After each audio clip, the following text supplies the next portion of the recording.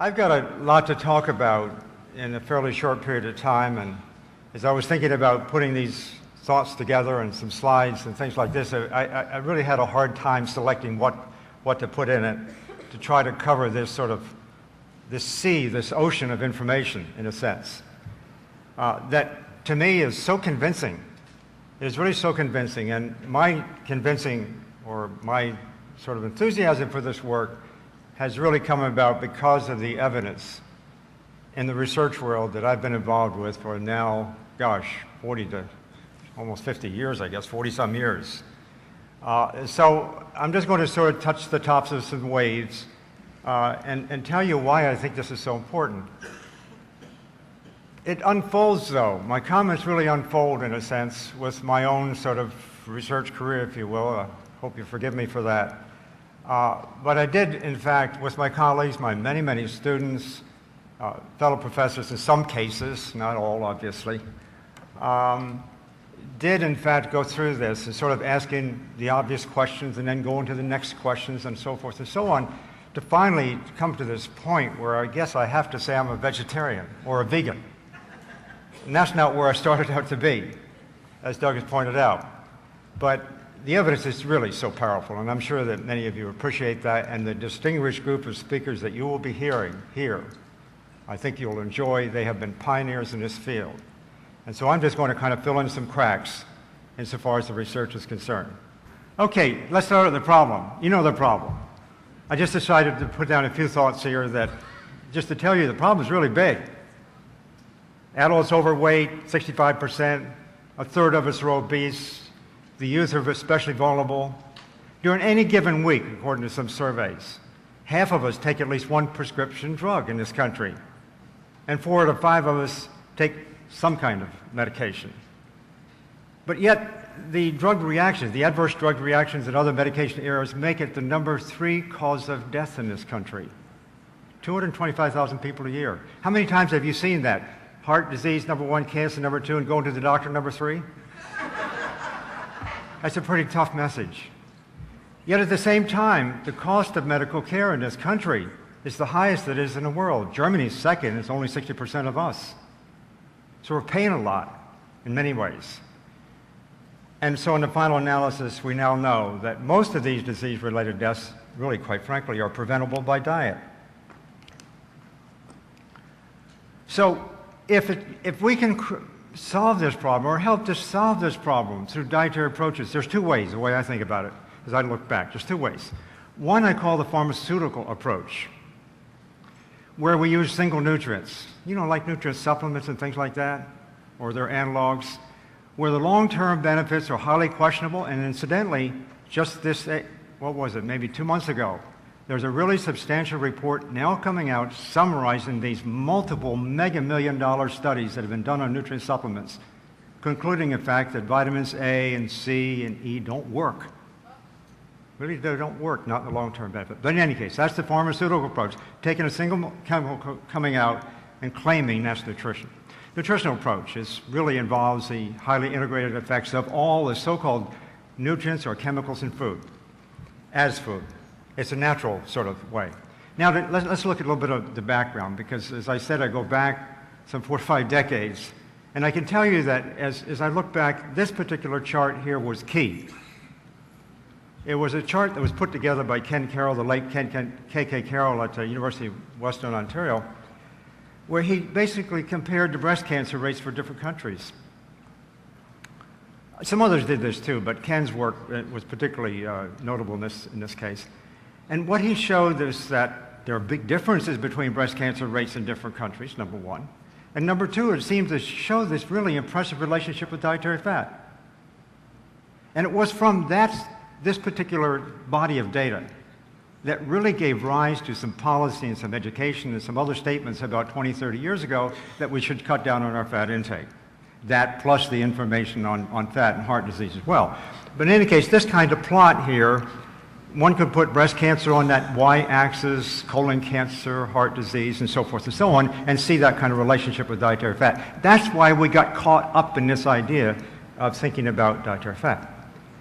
Okay, the second point to make about that previous slide is that there now have been dozens of studies, so-called migrant studies, when we know that when people move from one risk area, from a high risk area to a low risk area, vice versa, they get the disease of the country to which they move without changing their genes. Interesting. So it's an environmental, and would argue largely a dietary sort of phenomenon. But I sort of wonder a little bit why it is that these days we're emphasizing genetics so much as a cause of disease.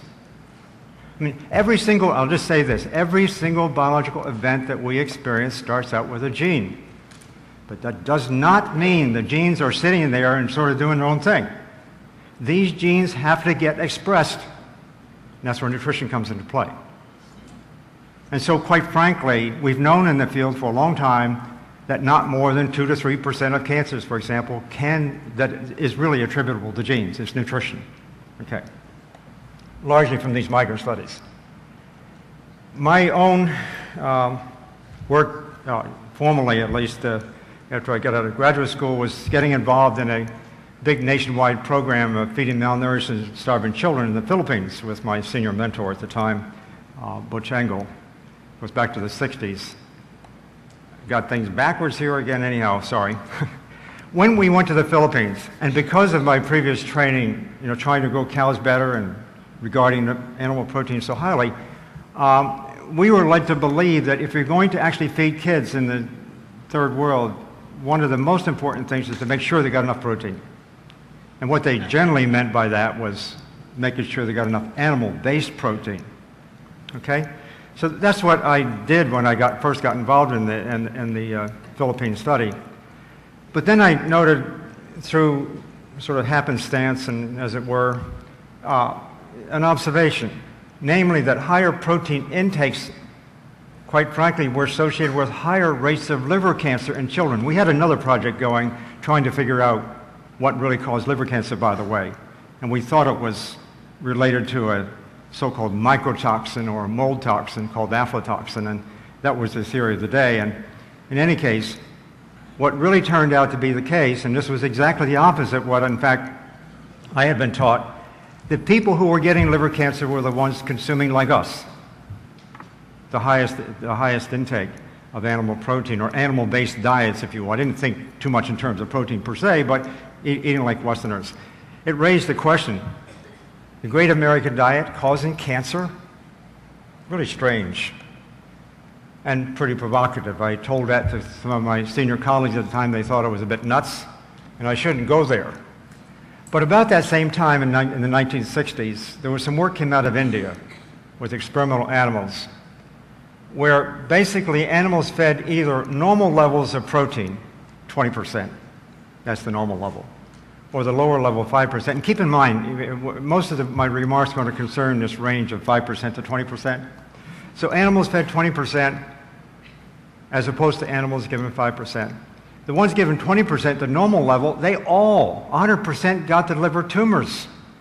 They previously, both sets of animals had been exposed to the carcinogen, but they all got the tumors. The animals that got the much lower level did not. Really quite strange, but very significant. This then led to a long series of studies that was funded by the National Institutes of Health, by NIH, published in a number of different journals, also funded to some extent by the American Cancer Society and other places. I point this out because at this time, this work really was handsomely funded, quite frankly, by funding from our public till and from professional agencies, and did, of course, get published extensively. And you might wonder, how did that happen if I'm coming on this idea of protein? Well, in those days when we were doing this, I was focused on trying to understand what caused cancer. And so we were looking at this sort of model, if you will, studying all these mechanisms of cancer. So the question that we had was, did liver tumors really go faster when rats are fed normal compared to low protein diets? That was the question, because here the Indian workers have found this. And secondly, what we like to do in research, we like to say, oh, let's look and find the mechanism, as if there is the mechanism. And so, I mean, that's the way research today is done, in fact. We have to go in there and probe all these little details. So there's two main questions, and now I just want to summarize for you just 2 slides summarizing these extensive numbers of studies, just to illustrate a point. what we basically found was that we could turn on and turn off tumor growth simply by changing the level of protein intake within that 5 to 20% range. It was really quite remarkable, and I could show you many different ways of looking at that question that we pursued and got that result. It was very exciting in a sense, in some ways. To see something just like protein within that normal range that we actually consume ourselves, just turn on and turn off tumor growth. I could get into some of the details there on that particular slide, but I won't. I think you can see what I'm talking about. Over time, incidentally, in this case, it's early tumor formation, early cancer. Okay, so we worked with early cancers for some reasons, and without actually going to full-blown cancers. Finally, the ultimate study was done, at least in this particular case, where these are animals, for example, that were fed for their lifetime protein intake at different levels, 5%, 12%, 20%. Look in the top panel there. And if you look across to the right where it says tumor severity, you can see the animals fed the normal level, the 20%. They had a tumor index, if you will. That means numbers of tumors and the size of tumors and all that. 3,300 to some. The animals fed 5%, it's 248. In other words, huge difference. So we were answering the first question. This normal level of protein just turned on tumor growth. It's amazing. 12%, which is just above the level they actually need for growth. Even there, it was turning it on. But once you get below 10%, we looked at that, you didn't see really much any activity. Protein is required, by the way. It's obviously an essential nutrient. But what we were basically showing was when we went above the level that actually was needed, that's when the problem started. And quite frankly, most of us consume more protein than we need. Okay, here's the real kicker. The 5% animals, which my colleagues all thought would have been dead, with tumors, at the end of their life, weren't. They were all lifty, jumping around the cage, living. They were all thrifty, sleek coats, very much alive, and essentially no tumors. The animals fed this good level of protein were all dead. So here we were seeing, really, in the most robust, extensive kind of study that we could think of doing, showing that just normal levels of protein had this dramatic effect on causing this kind of tumor growth. And quite frankly, there's no other nutrient that can have this kind of effect at this particular level. Then in the bottom panel are some other additional sort of observations where we did things like to see if we could intervene. In other words, as tumors are growing up to a certain point in their life, and let's say a quarter of the animals are already having tumors, that was 20%, and then switching to 5%, they get to 2013 at the end there compared to the 33. In other words, without getting into too much of the details, what we were basically showing here was that even when tumors are already present, we're not now talking about preventing too much. We're talking about tumors already growing robustly. They're there. And we changed the nutrient intake, the protein intake level, and we could switch off fairly late in the process. It's a really kind of interesting idea. So finally, I'm going to tell you what the protein is. I didn't talk a lot about it, certainly not in the grant applications that I was getting and so forth, but this protein was casein, cow's milk protein, 87% of cow's milk protein. And I've had quite a lot of experience with the agencies, both in this country and abroad, the United Nations, who look after deciding, what's a carcinogen, what's not. And there are certain criteria that these folks follow. Criteria that determine when we decide a chemical is carcinogenic, if you will. The IARC, the International Agency for Research on Cancer. If I apply that evidence, these criteria that's used by everybody else to decide what's a carcinogen, I have to conclude there's no other way. And I've given this seminar to professional audiences in universities about 4 or 5 times now with this chart. And I don't get any questions, I don't get any comments. Everybody sort of sits there and kind of stunned. But quite frankly, I have to say that casein, which I'm going to argue is reflective of a larger sort of body of evidence having to do with animal proteins in general, is a carcinogen. It's the most significant carcinogen we consume. Forget about DDT and dioxin and things like that. We're talking about animal protein. And I just list here just a quick summary of why I think this is so profound. First off, the evidence is deep. That means to say, instead of finding the mechanism, every time we look for a mechanism, we found one. And that's a really provocative thought. I find that so exciting because, and I wish I had the time to share with you what I feel like goes on inside of a cell. I mean, it's a dynamic system. It's an amazing system. There's all this stuff sort of working together. Millions of chemicals that somehow they just all feed in together and they converge to create the same effect. And that's what's happening when protein is fed. So it's real. This is not fake. So it's deep. It's multiple mechanisms. It's relevant because we're working in a range of 5 to 20%. We're not given, really high levels to make us sick or animals sick or anybody, us animals or other animals sick. We're talking about regular levels, so it's relevant. Breast, this effect works also for mammary tumors. That's breast cancer. I had a colleague at the University of Illinois who was working on this at the time, not going into quite so much detail as we did, but nonetheless getting similar results, showing that he could control mammary tumor development as well. Also, this effect could be used in cases where the tumor was started with either a chemical carcinogen or a virus. I mean, some viruses start cancer, like hepatitis B virus in case of liver cancer. We could basically turn that on and turn it on off too, simply by changing protein intake. The specificity, that's where really things really kind of started heating up, because in this case, when we use soy or wheat, same level, 20%, it didn't do it. Kind of unique for casein. And of course, now I'm thinking, I better start talking about this a little more publicly and getting into trouble, of course, along the way. But quite frankly, I didn't want to stop just at the point of focusing on one nutrient, protein, because I have a problem with that. As I said in the beginning, I think nutrition is about the holistic, integrated effect of all kinds of stuff in food. It really is what it is. So I don't want to just focus on just this protein effect. Maybe when we're consuming animal protein, for example, we're consuming as food, maybe the other things in there don't necessarily go along with it. So we wanted to expand our investigation a little bit and ask whether or not it was consistent with other biological effects within that range. And for that, we went into the literature. We had some of our own information, our own data, went into the literature. And here's what animal proteins do. They increase blood cholesterol. That was first observed in 1909 and studied extensively in the 40s and 50s.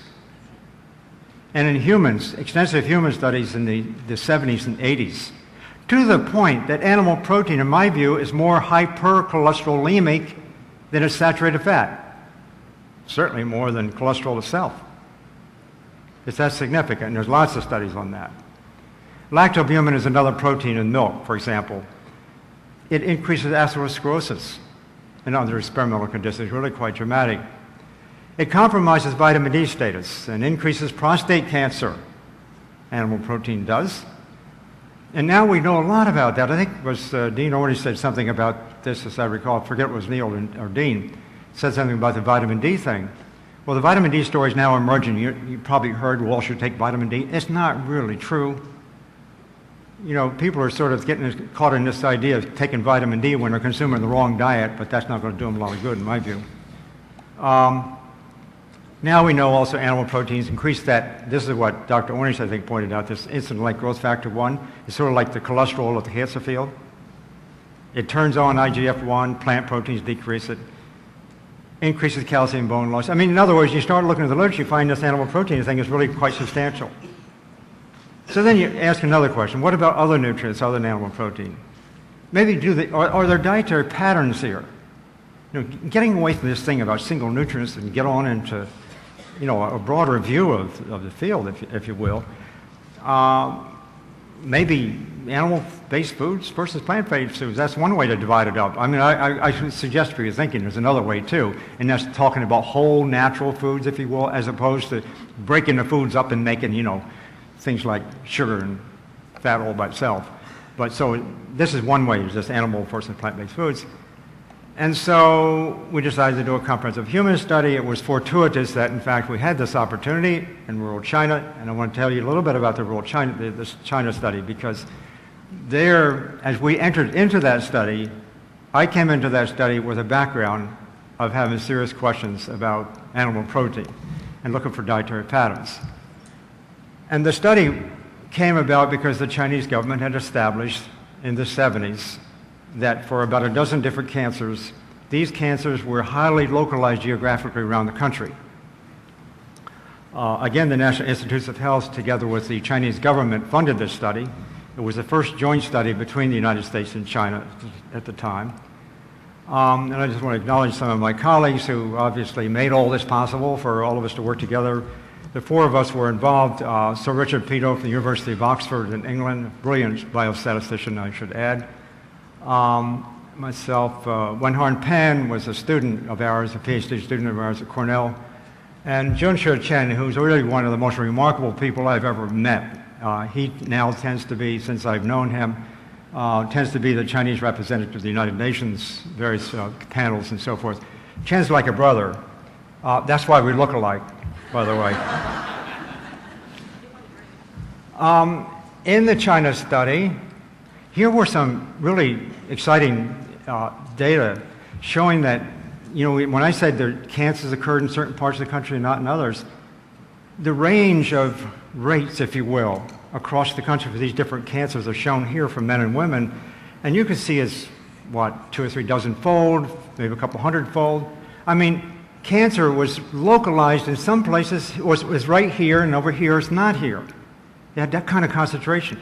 In this country, if we see a 2-fold concentration, or even less, it makes headlines.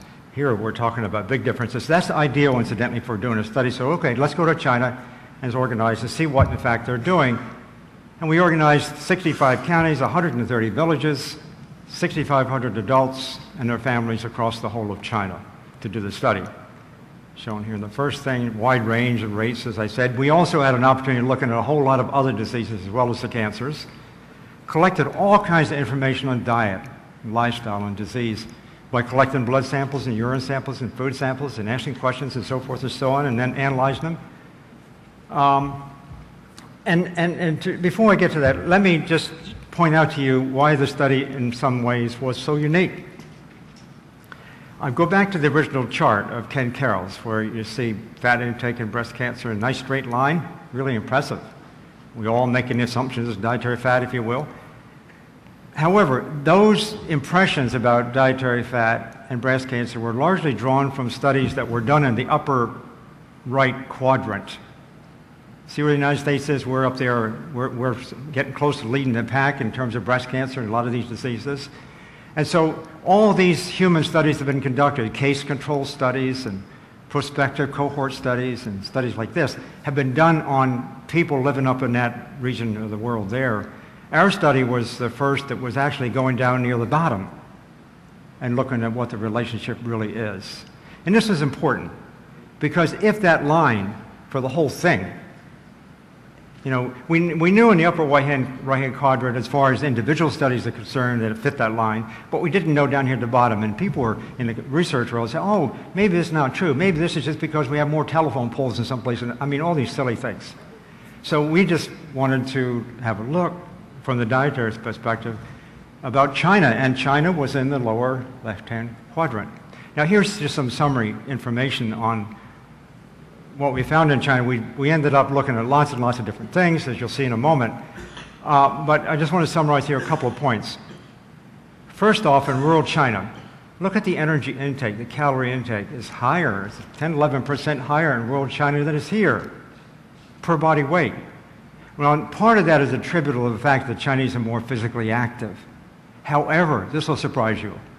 The Chinese we're looking at here, these are the office worker type Chinese. They're the least active, and they're still consuming 10 to 11% more.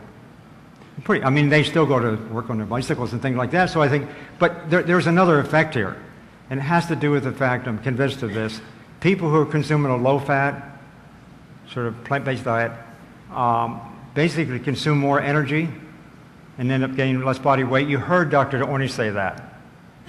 And I think Dr. Bernard said the same thing, and Dr. McDougall, of course, and others have made this point many times. Eat more, weigh less kind of thing. You can see the body mass index, which is the body mass or weight, excess weight, is lower in China. Okay, the fat intake in China, as you can see, is much lower than here, 14% versus 36%. In rural China, dietary fiber is about 3 times higher. There's the key, is animal protein, and just using it as an index of the kind of diet. Our diet in the United States and other Western countries has 10 times the concentration of animal protein as does, or was, in fact, the case in rural China. That's changing, incidentally, in China, particularly in the city areas. They're starting to do what we do, and I don't know why they're doing that, but they're doing it. Blood cholesterol levels in rural China, their high is near our low. The average cholesterol level in rural China is about 127 milligrams per deciliter. Really quite remarkable. But enough for that. We then, actually with many colleagues from different universities and elsewhere, looked at specific relationships that were of interest at the time. And basically, it seemed like every time we looked for a relationship and then asked this kind of question, does it point to this dietary pattern thing, does it point to an animal thing or a plant thing? First, every time we looked at it, it says it points to a plant-based diet. And this was really quite remarkable because keep in mind, in China, the amount of animal protein they were consuming is really quite low. It's only 1/10 of ours, but still within that range. What we could see, as soon as they start creeping up and getting little animal protein-based foods in their diet, these Western diseases started to occur. And we looked at this in many different ways. Really quite remarkable. So it went beyond the question of animal protein per se. The more significant question was just animal-based foods and or the lack of plant-based foods. Whole natural plant-based foods. So after doing a lot of these comparisons and interpreting a wide variety of these relationships, as I said, virtually all favor the nutrient composition of plant-based foods. And we sort of made that conclusion. We hesitate in science sometimes to make conclusions like this, but by this time, after having so much information and such a broad basis for the information, it led to that thing at the bottom. The richer the diets is and the kind and amount of nutrients provided by plant-based foods, the lower is the risk for these chronic degenerative diseases we see in the West. Now, I want to go back a little bit because it raises some other kinds of questions. Let's go back to the background slide I showed in the beginning of Ken Carroll that seemed to captivate so many of us for so long, showing a relationship between breast cancer and total fat. And let's look at that line a little closely. And just allow me to speculate a little bit here. If you take that line down, it crosses that x-axis at the bottom, where you can see there's no breast cancer when people are consuming, what is it, 30 grams or so a day of fat? That's about right. We need some fat, but it's pretty low. In other words, up to about that level of fat, we don't really see anything. It's kind of neat. I went back and actually took, Ken Carroll had these data. I just simply put some lines on it, some regression lines, but it turns out if you look at, as he did, you look at the relationship between plant fats and cancers, breast cancer, you don't see anything. So it's something about it. It's not plant fats. But if you look at animal fats, now see where that line goes? Right through the origin. Very different. I mean, that's really pretty remarkable, I think. And that line, I mean, it couldn't be better. It sort of says even adding just a small amount of animal fat. If we sort of, I'm going to call animal fat, let's put single quotes around that. You know, just small amounts of animal fat sort of starts creating this problem. However, I'm going to call it animal-based foods. We made a mistake 20, 30 years ago in focusing on fat. It wasn't animal fat. In fact, we have evidence now to suggest that maybe the polyunsaturated fats of plants are more problematic in causing tumor growth than the animal fats. But, big but, this only occurs when total fat intake is high. So it raises questions about high-fat diets, quite frankly. So it's animal-based foods, not fat. Now I want to go back to another question, and this has to do with the Nurses' Health Study, and I'm sorry I have to pick on the Nurses' Health Study at Harvard. I know the investigators there quite well, have known them from the beginning, particularly Professor Willett, who has been heading this up. But Professor Willett got involved in this really marvelous study of some, 88, 90,000, I think it's up to about 120,000 nurses these days, and you've heard of it, I think. How many have heard of the Nurses' Health Study? Okay, everybody's heard of the Nurses' Health Study. He got involved in this question asking back in 1984, right after we had finished putting together a policy statement from the National Academy of Sciences to reduce fat intake. He organized this study to look at the relationship between fat intake and breast cancer for this large group of nurses. And after 8 years, 4 years, 8 years, and then subsequently 12 years, what he found was as fat, if you look at the amount of fat intake that women are consuming over that range, he saw no relationship. That observation is nearly destroyed. It really caused a big problem. It's almost destroyed the diet and disease proposition to some considerable extent. Because all of a sudden now you're hearing, public's getting confused. If fat has nothing to do with breast cancer, what next? I mean, it's that kind of thing. I want to tell you what the answer to this is. Namely, look at the yellow thing. You know, I say it's all in the R, and you probably don't know what correlation coefficients are, regression coefficients. But basically, it turns out that in the original data of Ken Kell, that slide shown there, as fat intake goes up, animal protein intake goes up right along with it. You get about a 90% correlation. The highest you can have is 100%. 90% is really impressive. So on an international basis, about 90%. In contrast, in Western populations, where we're eating all the wrong stuff, it turns out these women, and I can say that's for probably all people in this country who follow this advice, as they decrease their fat intake, you know, by using lean cuts of meat and skim milk and this and that, as they decrease their fat intake, quite frankly, their animal protein, it was going up, if anything. So, you know, they're gaining on this hand in theory, losing big time on this hand. Under those circumstances, if you look at the experimental data, I don't have the chance to get into this, but if you look at this critically, that's a recipe for disaster. Because it's not the animal fat, it's animal-based foods, really is what this is all about. And it has to do with this correlation coefficient we know, and we have some very good data on what this is all about. Now, I just threw some other odds and ends in here just to catch your attention. I think this was mentioned by who? Dr. Bernard, I believe. And you know what? Oh, Dean Orney said this. No, he said this. He's got this study going right now. We already have this information on prostate cancer and skim milk. How many of you heard this how many of you read this in the Los Angeles Times? Or the New York Times? Or heard on TV? I mean, you know the Harvard group has done much of this work, and I do have to give them credit for this, and that includes Walt Willett, by the way. No, actually, it doesn't include Walt. It's another guy, Ed Giovannucci and June Chen, who's now at Berkeley. They have summarized recently of 14 case-control studies that have been done on dairy and prostate cancer. Of 14, 12 have shown a statistically significant relationship. The other two just aren't strong enough to see anything. And they conclude that of all the predictors of prostate cancer, the consumption of dairy is the best predictor of prostate cancer. And how many people have heard this? It's just not getting out there. Somebody's, I don't want to say cooking the data, but they're controlling things.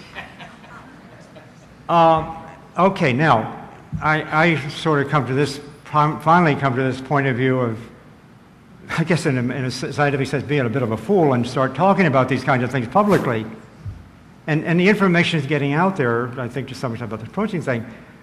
And lo and behold, in 2002, we had this report, this esteemed report that comes from the Food and Nutrition Board of the National Academy of Sciences, a group of people.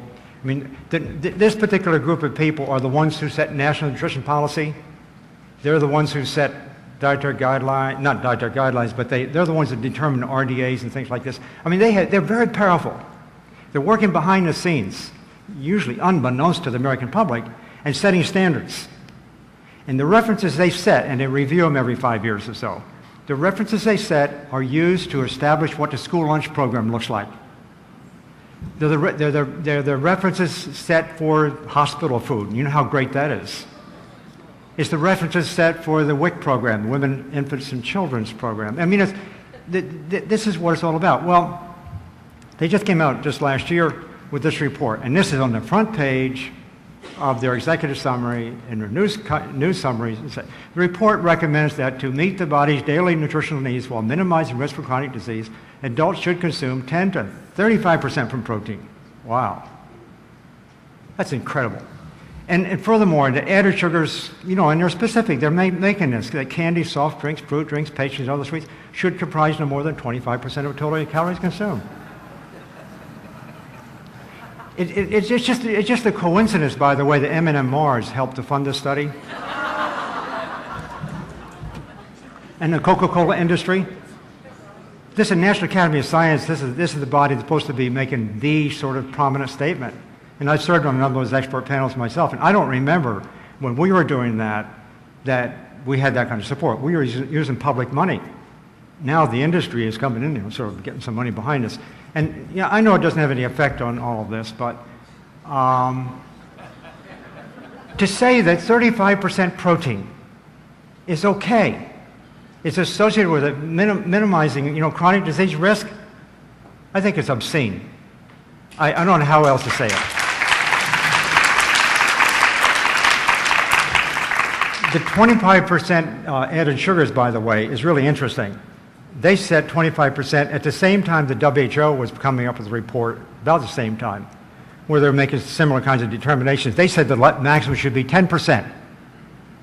And the chairman is a friend of mine, the chairman of that panel, Phil James. So they said 10%. And here in the West, this came out just before the WHO report did, they said 25%. So I'm wondering, how can a group of scientists, two groups of scientists come up with these very different figures? 25%, you can go up to 20, or 10%? Well, it turns out, as they say, I don't know, maybe the M&M Mars did have something to do with it. The sugar industry gets on their high horse and basically are going and threatening the WHO report and the panel and said, get that thing, that 10% up to 25%. If you don't, we're going to go see Tommy Thompson. We got some friends in the White House. We're going to go to Congress, and we're going to ask the United States to withdraw funds from the United Nations. That's what happened. And I don't know how many of you really know that, but they really did use strong-arm tactics to try to get the United Nations panel to change their 10% level for added sugars up to 25%, like the United States did. I mean, we behaved. We did the right thing. We got up to 25%, you see. I'll come back to the protein thing just for a minute. I just want to show you how important this really is. I've talked about the 5 to 20%. And incidentally, let me say this, that the experimental animal work that I did, or we did, experimental animals, or like us animals, the amount of protein we require is the same as they do, and it's all sort of coincidence, about the same. If you look at the range of intake of protein for us animals, us humans, we range between 11 and 22%. That is, 5% of us are a little lower than 11%. 5% of us, you know, the weightlifters and stuff, some of the weightlifters up to 22%. The amount that we've known for 50 years how much protein we only need 10%. Our average intake is 17%. We're somewhere between 11 and 22. And nobody hardly goes above 22. Now this esteemed body is coming along and telling us we can go up to 35. You know, welcome Atkins. I could go on and on about this, but I won't. Especially since the chairman of the Food and Nutrition Board is now the director of the division of which I'm in at Cornell University. Okay, so let me make a couple concluding remarks here. I think it's time, you know, we've got to take this idea and bring it to a new level of discussion. It's got to have certain characteristics. We can't just sit around and talk to each other. We've got to somehow invade the medical establishment. I know what it's all about. And really open this up for the public, because I think the public's really interested in this. I disagree with many of my colleagues who say the public's not interested. You know, I'm going to say this. Whereas major disease rates have remained high in recent years, whereas the cost of medical care is the highest in the world, a couple of givens, whereas contemporary food production is costly and environmentally unsound, isn't it possible that we should start taking nutrition seriously? And if it's properly investigated, interpreted, and practiced, it could become the premier biological science of the future? I mean, this is where it's at. It's not there now. It has something to do with who's controlling the information. And this is something the public really doesn't understand. What goes on behind the scenes in the development of policy, reference standards, you know, it's basically who's controlling the agenda. That's what it's about. And it's something that's terribly misunderstood by the public. Almost no one really knows about this unless you've been in the boardrooms and sort of watched this kind of thing. And incidentally, I don't want to treat this superficially. It's not about industry funding the research. The industry probably funds about 5 to 10% of the research in this field in this country.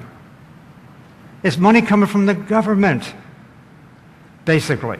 It's also not about industry paying off people. It's also not about the vast majority of scientists being, you know, dishonest and stuff like that. It's not true. The vast majority of scientists are hardworking, diligent, devoted people to their work. They're working in kind of narrow little areas. So, I mean, we do have a class of very hardworking people. I don't want to disparage them. We have a few people sort of behave like something else. They just sort of make there the transition. So in any case, I don't want to get into this too much, but what I do want to say is that we need to take this information, elevate it to a level of professionalism, widely discussed, and get it out there and start thinking about it in that sort of way. And so I've been asking myself, at least, you know, where do we go with all this? How does this happen? How do we expand this story beyond us who have been involved in this to some extent? As I say, it's about who controls the information, who funds it, who makes policy, who dispenses it. You know, who's making policy is the one. That's really, you heard, who was it? Yeah, Neil Bernard talk about what the American Cancer Society wants to run some bulls down to Peach Street in Atlanta these days, and every other street in the United States. And I would really urge you to follow Neil's advice on that. Contact them. We need to have transparency, discourse, and open education. Right now, we can't have that because we don't have the resources. We're sort of tied into sort of doing little bits of studies here and there and stuff. I really am interested in somehow going to establish, let's say, at a major institution that has some recognition, to establish a place where we can have lots of transparency, lots of discourse, lots of open education. And the only way we can do that is to have the funding that lasts forever. It's the only way. We can't sort of just go from 2 years, 3 years, go back into the till all the time, because that's how the information is controlled. I know it so well. The control is really who has the funding to give out to do what is being done. Those of us in this kind of field here, we don't have any money. We can't. I mean, who's going to fund vegetarian research, for crying out loud? You know, it's really difficult. And so we need to sort of figure out some way to get this going. And quite frankly, we have, in fact, given consideration to this at Cornell. We are and have been for many years ranked as the top institution, the number one institution in the country, both in terms of quality and quantity. And I think Cornell would be a good place to sort of hang our hat in doing this kind of thing, as long as we have the resources. We thought this through fairly carefully as to what we want to do. We have an internal advisory group. We have an external advisory group, really a blue-ribbon panel, I should say. And so we're on track of trying to do this. And I'm just going to conclude to tell you that, you know, whether we do it or whether someone else does it, this is what we need to do. We've got to raise the consciousness of this country to the level of really understanding this. And two of my colleagues are here, actually, who are sort of running the shop for us. Dr. Banu Parpia and David Cushell, where are you? Way back. And way in the back there. I think Jeff invited me to...